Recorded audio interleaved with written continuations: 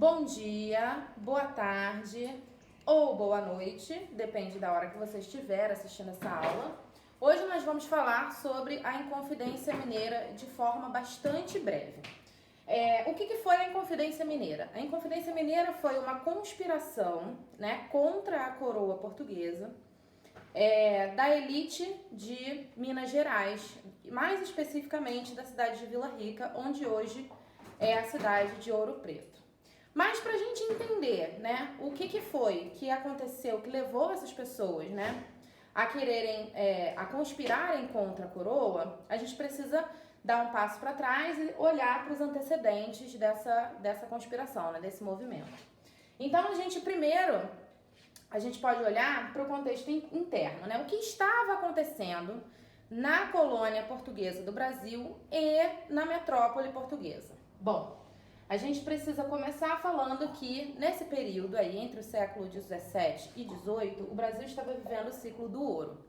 Vamos retomar um pouquinho, lembrar que o Brasil, ele basicamente começou sendo ocupado pelo litoral, com a exploração da cana-de-açúcar, de produtos agrícolas, mas a partir do movimento do bandeirantismo, onde eles fizeram, eles adentraram no território da colônia portuguesa no Brasil, eles descobriram que havia ouro no Brasil.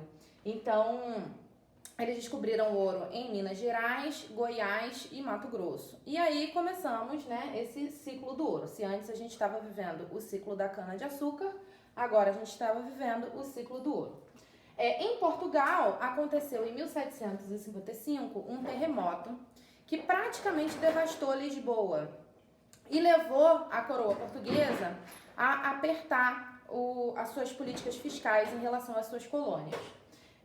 Nesse mesmo sentido, a partir da segunda metade do século XVIII, a gente tem a ascensão do Marquês de Pombal como conselheiro do rei, Dom João V, e a implementação das políticas pombalinas. O Marquês de Pombal, grosso modo, de forma geral, ele é a expressão absolutista do governo português, Então, durante toda a história portuguesa, foi a partir das políticas pombalinas, da ascensão do Marquês de Pombal ao governo português, que a gente consegue verificar, de fato, uma postura absolutista da coroa portuguesa.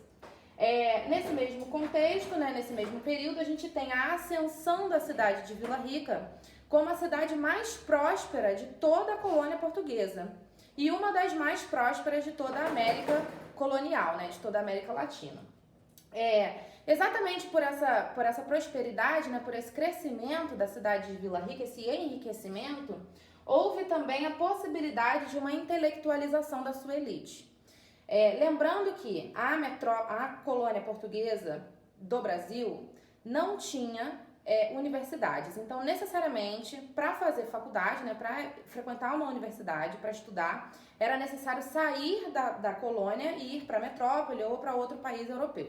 Que foi o que aconteceu nesse período, Essa elite conseguiu sair, estudar em Coimbra, Lisboa, na França, na Inglaterra, enfim. E o que acabou colocando eles em contato com as ideias, que estavam circulando naquele momento. Também temos, nesse período, a criação das casas de fundição. O que eram as casas de fundição? Elas foram criadas para que o ouro fosse fundido, todo o ouro extraído fosse fundido em pepitas e criadas pepitas de ouro. Para quê, Para poder quantificar quanto de ouro as províncias, estavam produzindo. No caso aqui, a gente está falando da província de Minas Gerais. Então, eles conseguiam quantificar quanto ouro estava sendo produzido a partir da formação, da fundição de pepitas de ouro, Para que eles queriam fazer isso? Para poder quantificar e cobrar o quinto, que era o imposto, que cobrava a quinta parte de todo o ouro extraído pelas Minas Gerais, 20% de todo o ouro extraído das Minas Gerais. Só que, de acordo com o que estava acontecendo em Portugal, o terremoto, a reconstrução da capital de Lisboa, o quinto passou a não ser suficiente, A coroa portuguesa passou a entender que o quinto, a quinta parte de todo o ouro que estava sendo entregue, ou estava sendo sonegada ou não estava sendo suficiente. Então, eles criaram uma meta de arrecadação anual de 100 arrobas de ouro. Essa meta de arrecadação anual, ela foi concluída, né? Conseguiu ser concluída durante muitos anos, né? Até 1766. Mas, né, o que o governo português, a coroa portuguesa não esperava?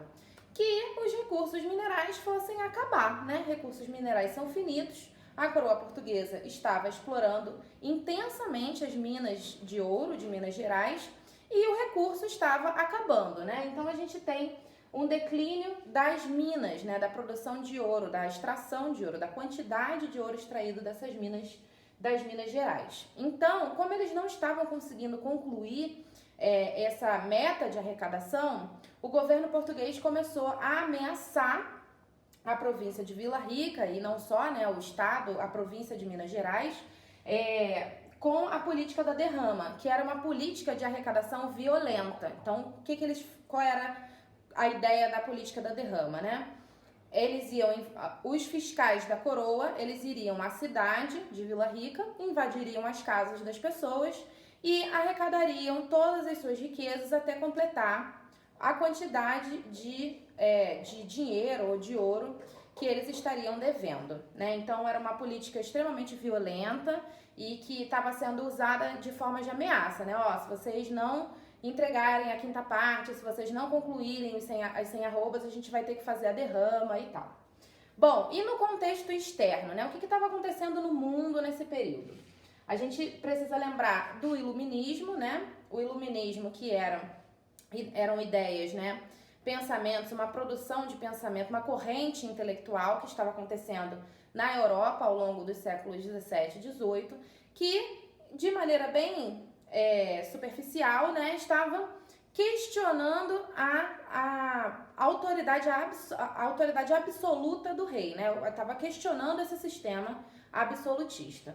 E aí até foi durante esse movimento, né, intelectual que foi pensado, por exemplo, a divisão dos três poderes, né, em legislativo, executivo e judiciário, onde os três se equilibravam, né, e evitavam que uma pessoa só ou um poder só detivesse todo o poder, né? Também nesse cenário do século XVIII aconteceu a independência dos Estados Unidos. E a independência dos Estados Unidos foi a primeira vez onde essas ideias iluministas foram colocadas em prática. Tanto que a Constituição dos Estados Unidos foi a primeira no mundo a utilizar a palavra povo para dizer, né, que o poder emana do povo. E não que o poder emana de um rei ou que o poder emana de Deus, mas sim do povo.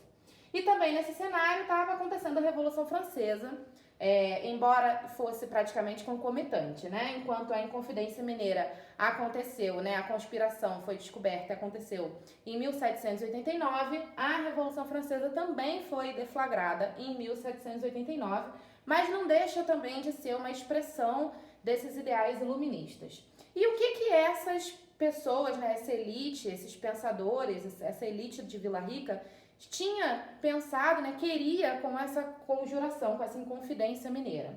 Bom, eles queriam a independência da província de Minas Gerais da coroa de Portugal, eles queriam, né, se separar e estabelecer um regime republicano, né, romper com esse regime imperial, absolutista, né, monárquico, e estabelecer uma república.